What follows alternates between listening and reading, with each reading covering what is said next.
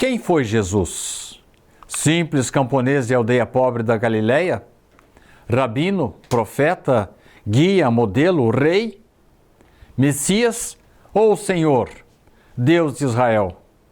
Filho do Altíssimo ou o próprio Deus?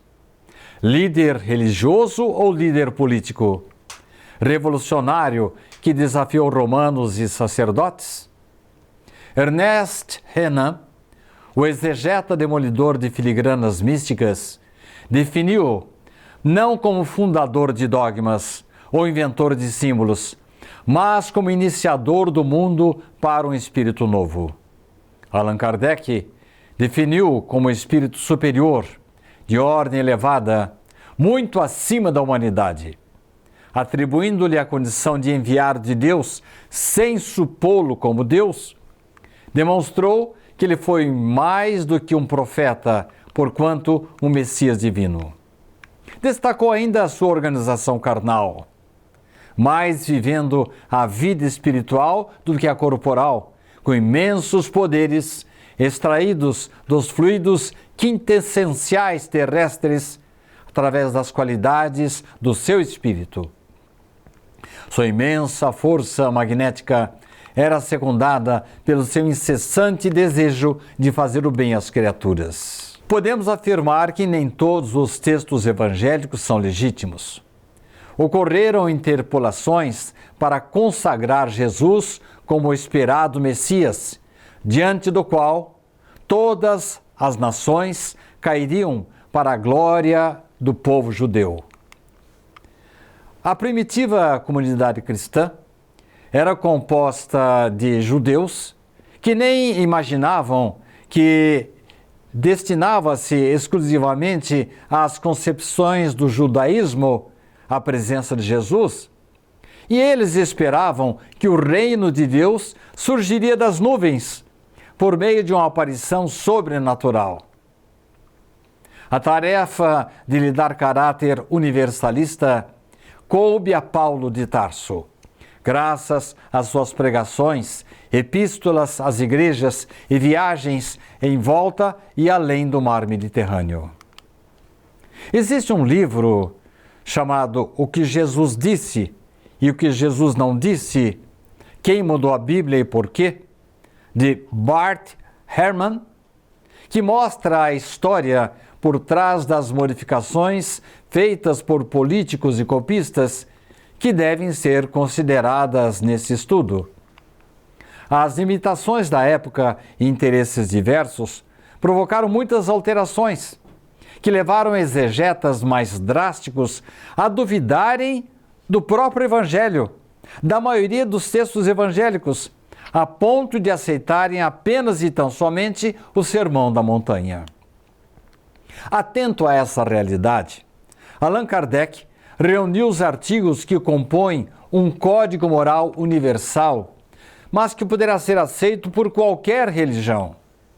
A moral evangélica, comum em todas as crenças, estudada à luz dos princípios espíritas e as instruções dos espíritos que acompanharam essa obra, compõem o Evangelho segundo o Espiritismo.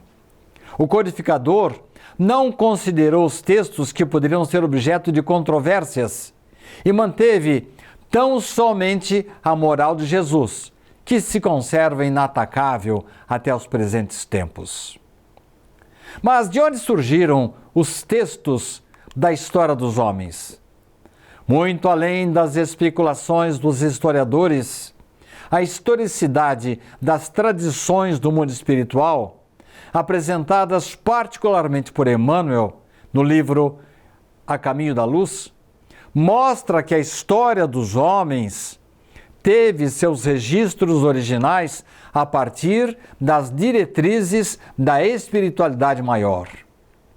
Isso nos leva a ter muita prudência, discernimento na interpretação tanto dos evangelhos canônicos, os tradicionais, como dos textos de vários historiadores romanos, além, naturalmente, da vasta literatura produzida pelos seguidores de Jesus. Quando surgiram os evangelhos? Exegetas dizem que o primeiro evangelho foi escrito por Marcos, 40 anos após a morte de Jesus. Os evangelhos de Mateus e Lucas têm muito do evangelho de Marcos. Outra corrente chega a admitir que esse evangelho teria sido escrito por uma comunidade cristã, em homenagem a Marcos. Daí se dizer que é o evangelho segundo Marcos.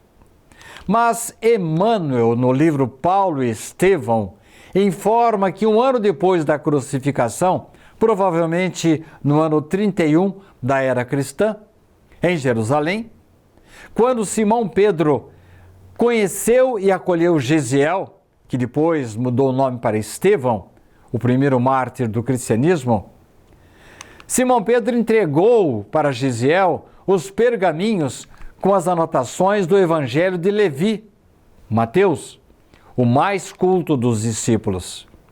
Ao receber aquela preciosidade das mãos de Simão Pedro, Gesiel teria assim se expressado: encontrei o tesouro da vida. Preciso examiná-lo com mais vagar. Quero saturar-me da sua luz, pois aqui presinto a chave dos enigmas humanos. Isso significa que as anotações evangélicas já começaram a ser feitas logo após a crucificação, muito tempo antes, portanto, dos anos 40 ou 70, datas assinaladas pelos historiadores como prováveis para o surgimento dos evangelhos. Por que tanta preocupação com o desaparecimento do corpo de Jesus?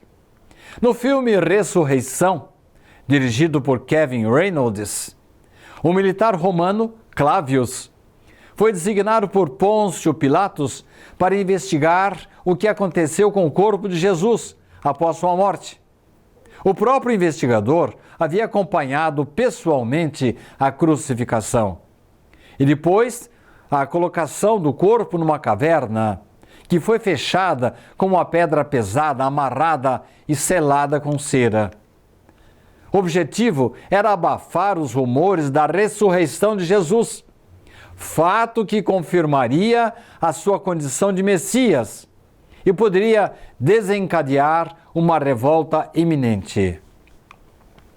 Quando finalmente Clavius encontrou Jesus vivo, intacto e saudável, conversando alegremente com seus discípulos, o seu cepticismo ficou abalado. A partir daí, ele passou a proteger a comitiva de Jesus e se tornou testemunha ocular da epopeia cristã. Mas será que não estamos diante de uma fantasia bíblica? Historiadores já testemunharam vários relatos da preocupação de romanos e sacerdotes em negar os poderes de Jesus, para justificar sua condenação, como se ele fosse mais um celerado colocado entre dois ladrões no Gólgota. Criatividade artística à parte, Emmanuel nos traz interpretação que muito se assemelha àquela fantasia cinematográfica. O divino exegeta analisa este texto de João. E os principais dos sacerdotes tomaram a deliberação de matar também a Lázaro. Ao farisaísmo não bastaria a crucificação de Jesus. Às horas supremas intentava-se apagar o retorno de Lázaro do túmulo, pois ele significaria carta viva do poder do Mestre. A cura insofismável destoaria das alegações sacerdotais que taxavam Jesus como fraudulento e desafiador dos poderes constituintes. Mas, de uma certa forma, mesmo sem encontrar o corpo de Jesus e sem conseguir matar Lázaro, os senhores dos templos conseguiram seu intento e, de uma certa forma, obscureceram a passagem de Jesus pela terra. Durante grande parte dos séculos I e II, Jesus não foi notícia. Reduziram-no à condição de simples e desconhecido camponês de uma aldeia pobre da Galileia. Messias, nem pensar. Líder religioso, político, revolucionário que atentou contra o farisaísmo? Talvez. No entanto, essa situação não perduraria por muito tempo. Imaginemos um imenso império como era o romano. Pensemos agora numa pobre aldeia em que nasce uma dissidência religiosa daquele povo da Palestina. Depois da morte de Jesus, aconteceu a grande revolta judaica entre os anos 66 e 73 ou 74, com a morte de mais de 1 milhão de judeus e a total destruição de Jerusalém. Assim, desapareceram todos os sinais do mundo judaico, sob os ataques romanos, restando apenas o Muro das Lamentações. Qualquer documentação que eventualmente pudesse representar a memória ou o histórico da época desapareceu. Por isso, apesar de todas as buscas da arqueologia e da antropologia, há poucos indícios sobre a existência concreta de Jesus, o personagem mais importante da cultura ocidental. Não obstante, historiadores não têm dúvida quanto à existência de Jesus por causa daquilo que eles chamam de múltipla confirmação.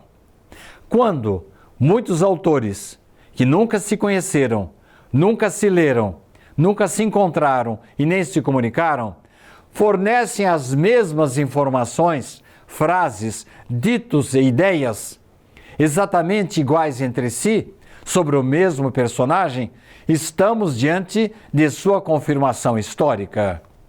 Sem jamais ter lido as epístolas de Paulo, o evangelista Marcos cita exatamente o que disse Jesus na última ceia.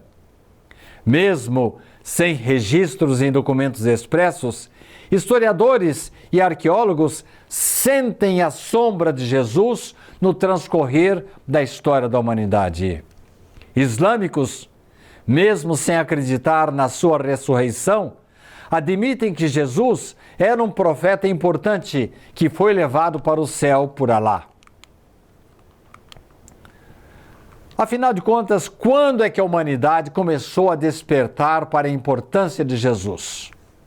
Depois do encontro à porta de Damasco, Paulo de Tarso saiu difundindo a mensagem que iria construir a ligação entre Jesus e o Cristo, isto é, o enviado, o maior representante do Criador na Terra. Começa então a transição do líder judaico e rabi, que encantou a comunidade judaica, para a figura universal que hoje conhecemos. Ainda no primeiro século, os homens despertaram para a figura do Cristo, que teria surgido da aparente insignificância de Jesus, para de fato confirmá-lo como aquele que veio para a salvação. Entre os vários messias que despontaram nessa época, Jesus seria, então, o verdadeiro. Esse movimento tomou corpo no século IV, quando Santo Agostinho passou a combater o cisma de Ário, um padre de Alexandria que negara a divindade do Cristo. Não bastaria, no entanto, considerar Jesus como Cristo, o verdadeiro Messias e Salvador. Por questões políticas, para dar continuidade ao plano de unificar as religiões no domínio de seus territórios, o imperador Constantino gostou da ideia do teólogo Atanásio de Alexandria de considerar Deus, Jesus e o Espírito Santo como sendo uma só substância. Estava criado o mistério da Santíssima Trindade. Mesmo sem constar expressamente do Novo Testamento, o Espírito Santo seria o Espírito que ilumina e encanta, de acordo com o evangelista João. Seria o pássaro que teria aparecido no batismo de Jesus, feito pelo seu primo João Batista. Embora encontre um obstáculo racional, a noção da Santíssima Trindade é um mistério aceito por grande número de devotos. Mas, afinal de contas, havia uma perfeita identidade entre Deus e Jesus? Interpretando as expressões "e o Verbo se fez carne e habitou entre nós, cheio de graça e verdade, e meu Pai e eu somos um", Emmanuel evidencia a perfeita identidade de Jesus com Deus na direção da marcha evolutiva da Terra, sem necessariamente confundi-lo com o Criador, mas coloca-o com os valores divinos de sua hierarquia espiritual na direção das coletividades terrícolas. Como os espíritas definem Jesus? Allan Kardec definiu como espírito superior, de ordem elevada, muito acima da humanidade, atribuindo-lhe a condição de enviado de Deus, sem supô-lo como Deus, demonstrou que ele foi mais do que um profeta, porquanto um Messias divino. Destacou ainda sua organização carnal, mais vivendo a vida espiritual do que a corporal, com imensos poderes extraídos dos fluidos quintessenciais terrestres através das qualidades do seu espírito. Sua imensa força magnética era secundada pelo seu incessante desejo de fazer o bem às criaturas. Mas na Idade Média, Jesus sumiu? Os desmandos inquisitoriais anestesiaram a consciência do povo e da intelectualidade. No século XIX, arrastaram-se como rastrilhos de pólvora concepções negacionistas, tanto a respeito da existência de Jesus como do próprio Deus. Se as religiões ocidentais da época, que torturaram, roubaram e mataram, haviam sido originadas de Jesus, o cristianismo seria uma farsa, assim como o próprio Cristo. O niilismo em que a Europa se encontrava nesta época, isto é, acreditando em nada, foi retratado por Nietzsche, que proclamou, nas palavras de um hipotético homem louco, que a sociedade havia matado Deus.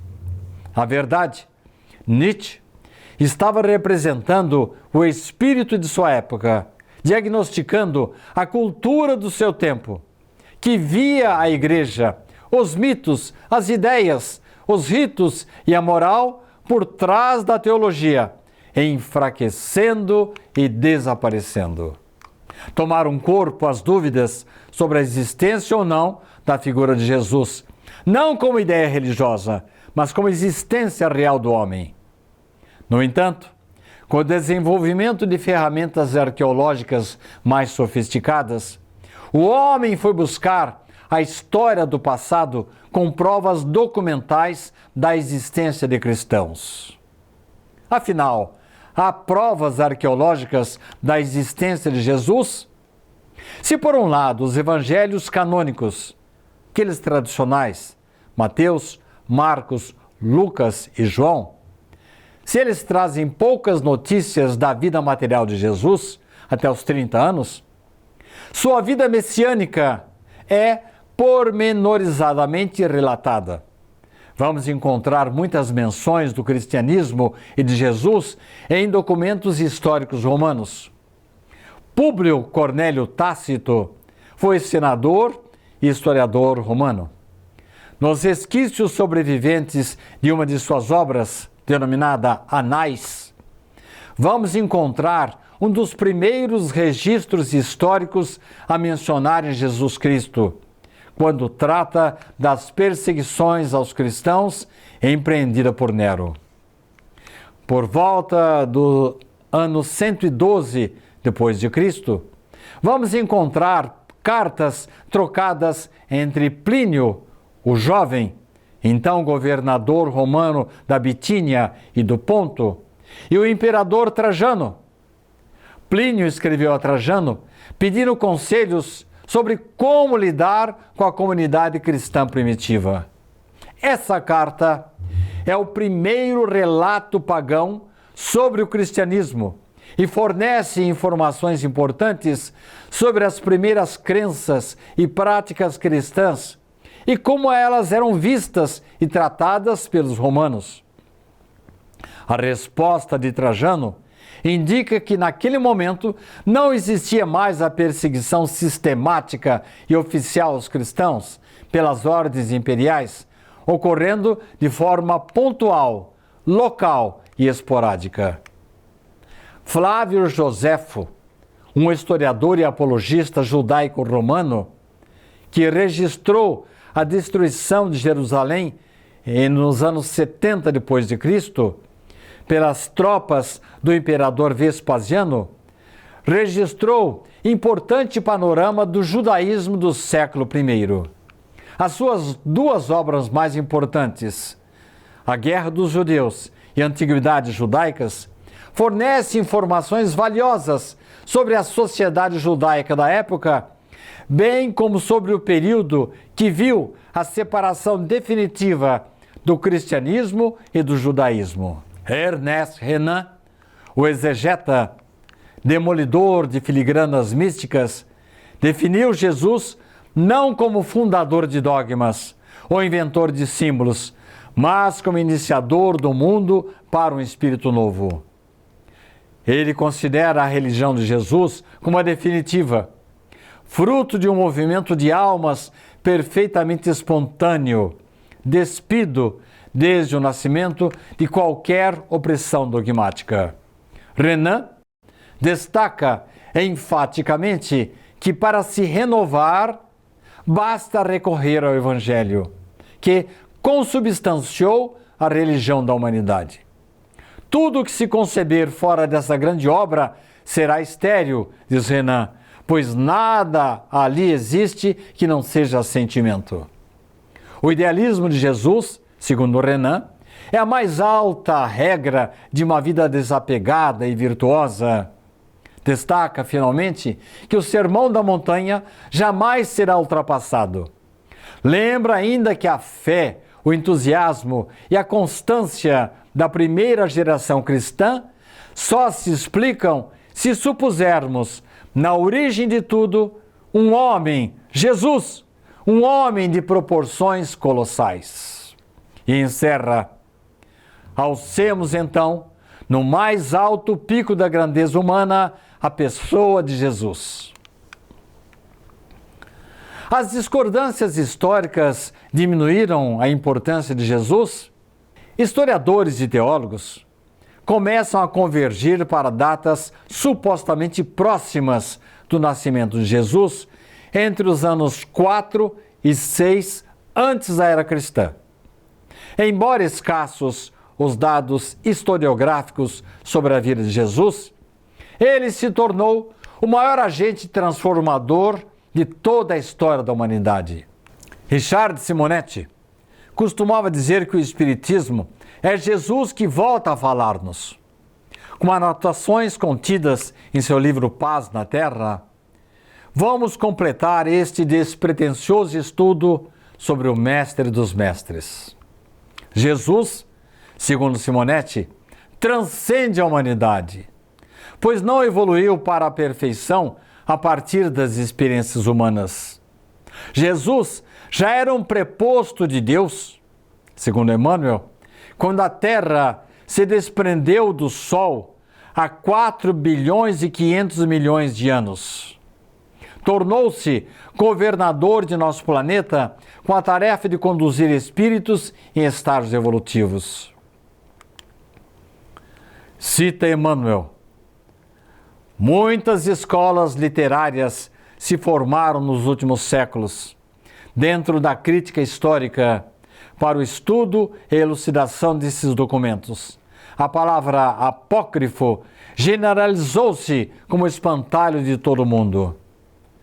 Histórias numerosas foram escritas, hipóteses incontáveis foram aventadas, mas os sábios materialistas, no estudo das ideias religiosas, não puderam sentir que a intuição está acima da razão e ainda uma vez falharam, em sua maioria, na exposição dos princípios e na apresentação das grandes figuras do cristianismo. Não há vantagem nas longas discussões quanto à autenticidade de uma carta de Inácio de Antioquia ou de Paulo de Tarso, quando o raciocínio absoluto não possui elementos para a prova concludente e necessária. A opinião geral rodopiará em torno do crítico mais eminente, segundo as convenções. Todavia, a autoridade literária não poderá apresentar a equação matemática do assunto. É que portas adentro do coração, só a essência deve prevalecer para as almas em se tratando das conquistas sublimadas da fé. A intuição tem de marchar à frente da razão, diz Emmanuel, preludiando generosos e definitivos conhecimentos. Simonetti alertava que o sentir é mais importante que o saber. No empenho pela construção de um mundo melhor, rios de tinta em torno da excelência dos textos evangélicos serão insignificantes diante de um coração capaz de sentir e vivenciar as excelências do amor preconizado e exemplificado por Jesus. Na verdade, caros irmãos, toda essa discussão sobre a existência ou não de Jesus, ela vai cair sempre na rede da especulação. O mais importante sobre a mensagem de Jesus, sobre a figura de Jesus, é a grande revelação que ele trouxe para os homens da terra. Ao dizer que ele não veio destruir a lei, referindo-se a Moisés, mas dar-lhe cumprimento, ele complementou a mensagem de Moisés, mas ao mesmo tempo trouxe uma mensagem nova, a mensagem do amor, do perdão, da condescendência, de forma que os homens, através da empatia, pudessem sentir os problemas, as dores do seu semelhante. Isso está sintetizado na maior expressão evangélica: fazer ao próximo o que gostaríamos que fizessem conosco.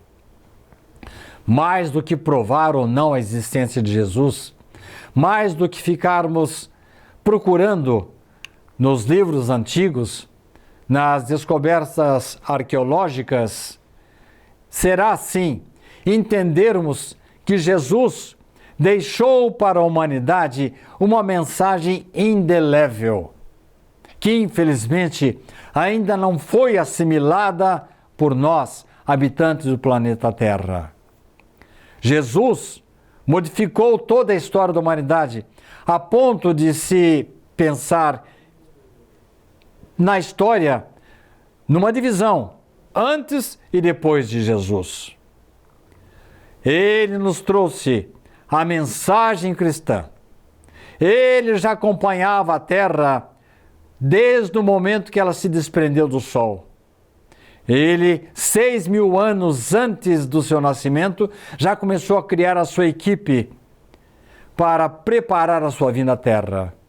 E mais, depois que trouxe a mensagem que abalou o mundo, eis que Jesus ainda disse: eu não pude dizer tudo, por isso mandarei um Consolador que vai complementar a minha mensagem e dizer o que eu não posso dizer agora. Para nós espíritas, o Espiritismo é o Consolador prometido, que veio reavivar, veio trazer de volta a mensagem cristã que estava adormecida, esquecida e negada. O Espiritismo é Jesus que volta a falar-nos. E se nós não acreditarmos em nada disso, o Sermão da Montanha é o texto mais respeitado em toda a história da humanidade. Gandhi, que não era cristão, disse que se toda a biblioteca do mundo fosse destruída e permanecesse o Sermão da Montanha, a humanidade nada teria a perder. Em outras palavras, um texto que de forma unânime é aceita pelo mundo inteiro, o Sermão do Monte, é a mensagem principal, que se não foi Jesus, se foi um grupo de pessoas, um grupo de seguidores que trouxe, o que importa, que essa mensagem abalou o mundo. E essa mensagem está por ser assimilada e aplicada por todos nós.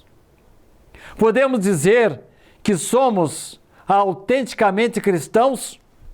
Podemos dizer que nós já assimilamos, aprendemos e estamos praticando os conselhos de Jesus na base do perdão, do pecado, que é a superação das nossas mazelas, dos nossos defeitos.